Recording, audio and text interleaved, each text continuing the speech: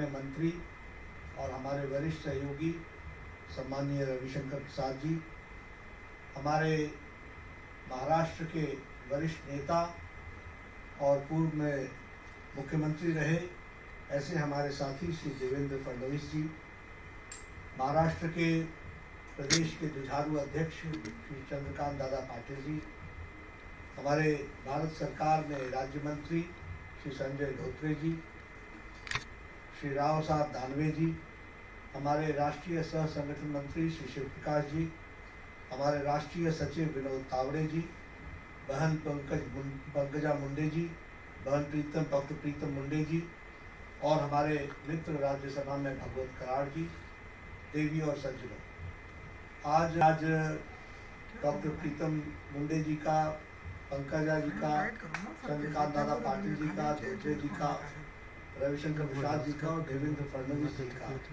हमको वक्तव्य सुनने का मौका मिला हम सबको, और हम सबके ध्यान में आया कि किस तरीके के एक लोक नेता, लोक नायक, किस तरीके से वो लोगों से जुड़े हुए हमारे नेता थे। आज के दिन भारत सरकार ने, पोस्टल डिपार्टमेंट ने जो स्पेशल कवर निकाला है, उसके लिए मैं रविशंकर जी और उनकी टीम को बधाई भी देता हूँ, साधुवाद भी देता हूँ कि उन्होंने इस काम को पूरा किया है।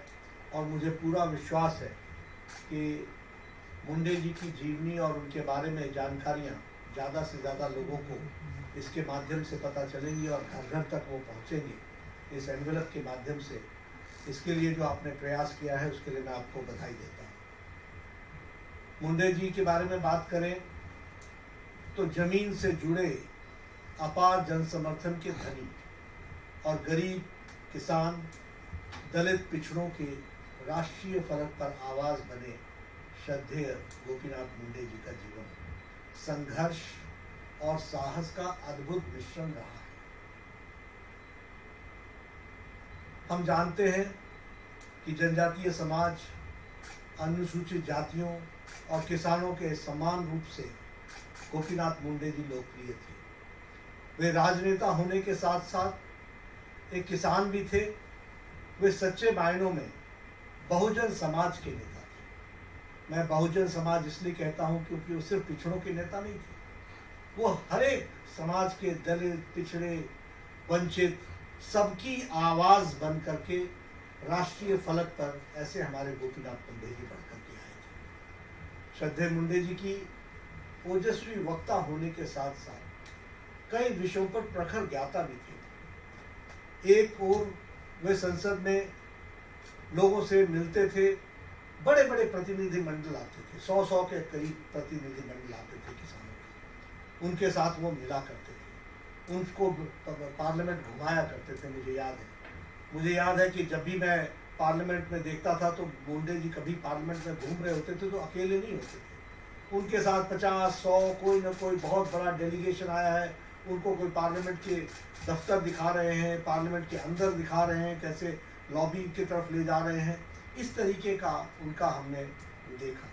और साथ ही साथ हमने यह भी देखा कि उसी समय यदि कोई चीन का प्रतिनिधि मंडल आया, कोई जापान का प्रतिनिधि मंडल आया, तो उसके साथ भी बड़ी सरलता से वो संसद भवन के कार्यालय में उनसे बातें करते थे, मिलते थे। यानी जमीन से जुड़कर दुनिया की किसी भी स्थान के नेता के साथ उनको बात करने के साथ साथ उनके सामने अपने विषय को रखने में कभी भी गोपीनाथ मुंडे जी पीछे नहीं हटते थे। पेड़ के नीचे जिस गोपीनाथ ने कभी शिक्षा पाई, वो भारत के केंद्रीय ग्रामीण विकास मंत्री पद तक पहुंचे, तो इसके पीछे उनकी अपनी मेहनत और लगन का हाथ था। वह नई सोच के धनी थे। अपनी आत्मीयता से हजारों कार्यकर्ताओं के साथ लिए चलना ऐसा उन्होंने निभाया था और वो उनके साथ दुख में भी खड़े रहते थे। मैंने देखा है गोपीनाथ जी को, जब भी कोई गरीब, वंचित, पीड़ित किसान या कोई हमारा व्यक्ति आता था तो उसकी पीड़ा में वो अपने आप को शामिल कर लेते थे, उसको जोड़ लेते थे और उसकी पीड़ा का निवारण करने के लिए हर संभव प्रयास करते थे। ये मैंने उनमें एक विशेष प्रतिभा देखी और एक लगन, एक तड़प, एक पीड़ा मन में, एक टीस, इस चीज को पूरा करने के लिए गोपीनाथ मुंडे जी अपना सार्वजनिक जीवन में पूरी ताकत लगाते थे, ऐसा मैंने देखा। मैं ऐसे महान व्यक्तित्व के धनी गोपीनाथ मुंडे को 7वीं पुण्यतिथि पर उनको शत शत नमन करते हुए अपनी विनम्र श्रद्धांजलि अर्पित करता हूँ। मैं श्री गोपीनाथ मुंडे जी की पुण्यतिथि पर भाजपा के करोड़ों कार्यकर्ताओं की तरफ से उन्हें श्रद्धा सुमन अर्पित करता हूँ। करोड़ों कार्यकर्ता आज उनकी तरफ से मैं जरूर जहाँ उनके श्रद्धा सुमन अर्पित करता हूँ, वहीं मैं करोड़ों कार्यकर्ताओं को यह भी कहता हूँ कि हम सबको गोपीनाथ मुंडे जी से प्रेरणा लेनी चाहिए। उनके जीवन से हमको बहुत कुछ सीखने को है, बहुत कुछ जानने को है। हर एक विषय के बारे में जानकारी गहराई से लेने की उनकी आदत थी, लेकिन उसके साथ साथ उनकी सरलता उनका आवरण था, उनका आभूषण था। जिस सरलता के साथ वो मिलते थे वह भी हम सबको हमेशा ध्यान रखना चाहिए। गोपीनाथ मुंडे जी के व्यक्तित्व के कई पहलुओं में से लोग अवगत होंगे, जैसा उनको संवेदनशील व सूझबूझ से भरा स्वभाव, जमीन से जुड़ा व्यक्तित्व, किसी के प्रति लंबे समय तक कोई द्वेष रखना, ये उनकी आदत नहीं थी। अगर कहीं कोई ऊंच नीच हो जाए, कोई बात आ जाए, तो उसको वो बहुत देर याद नहीं रखते थे और फिर गले मिल करके आगे बढ़ने की उनकी आदत थी। इस तरीके से गोपीनाथ मुंडे जी को हम सब लोग जानते हैं। और हम यह भी जानते हैं, जैसा कि देवेंद्र जी ने बताया, कि उन्होंने संघर्ष, सत्ता से संघर्ष का संदेश दिया, हमेशा संघर्ष की बात की, और कार्यालय से निकल करके सड़क पर उतरो, ये संदेश उन्होंने दिया। ये हम सब लोग जानते हैं। यह इस बात को बताता है। और महाराष्ट्र के वो शहर शहर, गांव गांव उन्होंने घूमा था। वो शहर शहर, गांव गांव से परिचित थे और शहर के कार्यकर्ताओं को नाम लेकर के बोला करते थे। किसी भी गांव में जाएं तो वहां के कार्यकर्ताओं का नाम लेकर उनको बुलाते थे। किसी भी शहर में जाए तो उनका नाम लेकर के बुलाते थे। और इतना घूमे हुए थे वो महाराष्ट्र की, कि अगर वो हवाई हेलीकॉप्टर से भी चलते थे तो उनका नेविगेशन सिस्टम इतना मजबूत था कि वो खुद बता देते थे कि नीचे जो जगह दिख रही है वो ये गांव है, यहाँ के किसान ये बोते हैं, यहाँ के किसान पानी का स्रोत कहाँ से आता है, वो पानी का सिंचाई कहाँ से करते हैं, वो सारी उनको जानकारियाँ होती थी। जो भी पास बैठा होता था तो उसको बता देते थे, ये इलाका ये वाला इलाका है, यहाँ के किसान ये बोते हैं, यहाँ का पानी का स्रोत की ये व्यवस्था है। इस तरीके का गोपीनाथ मुंडे जी का व्यक्तित्व था।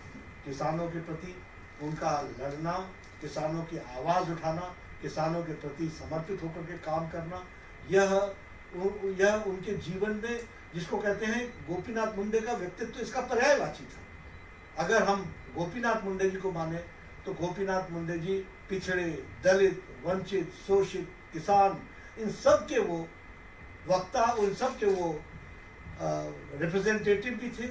इन सब को प्रतिरक्षित भी करते थे और इनकी आवाज़ को वो बहुत अच्छे तरीके से हर फोरम पर रखना का प्रयास करते थे। गरीबी और सूखे से त्रस्त बीड़ जिले में के लोगों के दुर्दशा के खिलाफ भी उन्होंने संघर्ष किया। उनका युवा मन एक अमिट छाप छोड़ता है हम सब के लिए। गरीबों के उत्थान के प्रति, श्रद्धेय मुंडे जी के प्रति उनका दृढ़ निश्चय उनके कार्यों में दिखता था। उन्होंने गरीबों के लिए सस्ते भोजन की योजना और उसके साथ साथ उसकी शुरुआत की। उन्होंने मुंबई में स्लम पुनर्वास योजना की शुरुआत की, जो स्लम बस्तियों में रह रहे लोगों के लिए वरदान की तरह सिद्ध हुई। उन्होंने महिलाओं के लिए बीमा की योजना, जीजा माता महिला आधार बीमा योजना की थी। साथ ही उन्होंने बेघरों आवास के लिए आर्थिक सहायता प्रदान करने की योजना, इसको भी लागू किया था। किसानों के लिए बलिराजा संरक्षण बीमा योजना का सूत्रपात किया। उन्होंने गन्ना तोड़ने वाले कामगारों के हित के लिए कड़ा संघर्ष किया और साथ ही उनके अधिकार उनको मिले, इसके लिए उन्होंने पूरी ताकत लगाई और उसमें उन्होंने सफलता भी पाई। बाद में उन्हीं के द्वारा दिखाए गए रास्ते पर जब महाराष्ट्र में हमारी देवेंद्र फडणवीस जी के नेतृत्व में भारतीय जनता पार्टी की सरकार बनी, तो उन्हें के प्रेरणा से गन्ना तोड़ने वाले कामगारों के लिए अलग से महामंडल बनाया गया और इसके माध्यम से उनकी सेवा की गई। श्रद्धेय गोपीनाथ जी अपनी छोटी सी आयु में ही महाराष्ट्र में भाजपा संगठन की नींव रखी और भाजपा को दलितों, पिछड़ों, गरीबों और मजदूरों तक पहुंचाने का भगीरथ प्रयास किया। उसी के बल पर आज भारतीय जनता पार्टी महाराष्ट्र में सबसे बड़ी पार्टी के रूप में प्रतिष्ठित होती है।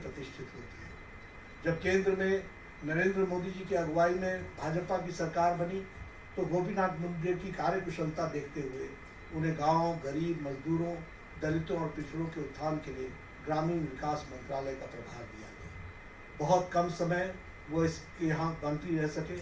हम सब जानते हैं कि ईश्वर ने उनको असामयिक हम सब से छीन लिया, लेकिन उनकी सोच गरीबों के प्रति जो समर्पण था उसको ध्यान में रख करके हम जानते हैं कि आज मोदी जी ने 7 साल में जो काम किसानों के लिए, दलितों के लिए, गरीबों के लिए, वंचितों के लिए, पीड़ितों के लिए अगले पिछले 7 साल में जो काम किया है, उस सब काम में के दृष्टि को अगर देखेंगे तो कहीं न कहीं जो गोपीनाथ मुंडे जी की इच्छा थी उसको साकार करने में प्रधानमंत्री जी के नेतृत्व में भारतीय जनता पार्टी की सरकार सफल हुई है, यह हम जानते हैं। मित्रों, आज गोपीनाथ जी को हम श्रद्धांजलि तो देंगे ही, श्रद्धा सुमन हम सब दे रहे हैं, लेकिन सही मायने में उनको प्रति श्रद्धा तभी होगी जब हम अपने दैनंदिन जीवन में गरीबों के साथ जुड़े, वंचितों के साथ जुड़े।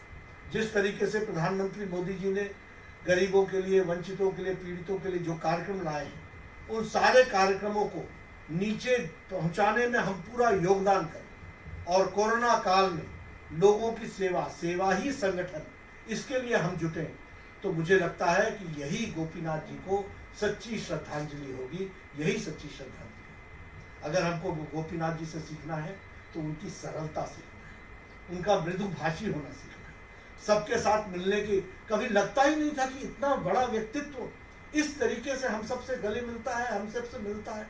ये सरलता हमको उनसे सीखनी और हमें अपने साथियों के साथ एक सरलतापूर्ण व्यवहार रखना चाहिए।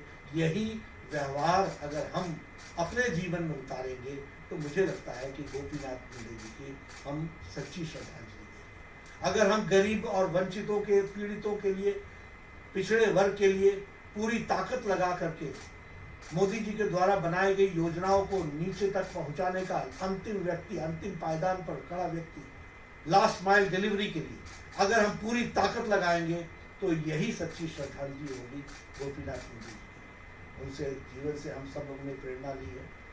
बहुआयामी प्रतिभा के धनी गोपीनाथ जी हम सब के बीच में नहीं हैं, लेकिन उनकी याद हम सब के मन में ताज़ा है और उनसे हमको ताकत मिलती है। आज के दिन हम संकल्प के साथ उनकी बात को आगे बढ़ाएंगे तो अच्छा रहेगा और हम सब लोग अपनी यात्रा में सफल होंगे, ऐसा मुझे लगता है। बहन पंकजा जी और डॉक्टर प्रीतम ताई जी, ये दोनों ही बहुत मेहनत करते हुए समाज के पिछड़े वर्ग को जोड़ते हुए आगे बढ़ रही हैं। हमारी शुभकामनाएं हैं कि अपने पिताजी के बताए रास्ते पर आप चलते हुए भारतीय जनता पार्टी को भी शक्ति प्रदान करेंगे, ताकत प्रदान करेंगी, मजबूती प्रदान करेंगी और हम सब लोग जो अपने भारत को एक ऊंचाइयों पर ले जाना चाहते हैं, और वो ऊंचाई संभव तभी है जब हम अपने पिछड़े वर्ग का जो छूट गया है पीछे, उसको साथ लेकर के चलें, उसको एम्पावर करें, उसको मुख्य धारा में लाएं। और मुझे पूरा विश्वास है कि आप सब लोग इस काम को पूरी तरीके से करेंगे, ऐसा मैं मानता हूँ। आपने मुझे इस कार्यक्रम में शामिल होने का मौका दिया, इसके लिए मैं आयोजकों का धन्यवादी हूँ, डॉक्टर कराड़ का धन्यवादी हूँ, पंकजाई बहन का धन्यवादी हूँ, डॉक्टर प्रीतम ताई का धन्यवादी हूँ। और हम सब लोग आज उनसे प्रेरणा लेकर के चले। देवेंद्र जी ने और रविशंकर जी ने, चंद्रकांत दादा पाटिल ने बहुत सी बातें उनके बारे में बताई हैं। उनको हम सब आत्मसात करते हुए आज सच्ची श्रद्धांजलि देते हुए मैं अपनी वाणी को यही विराम देता हूँ। बहुत बहुत धन्यवाद।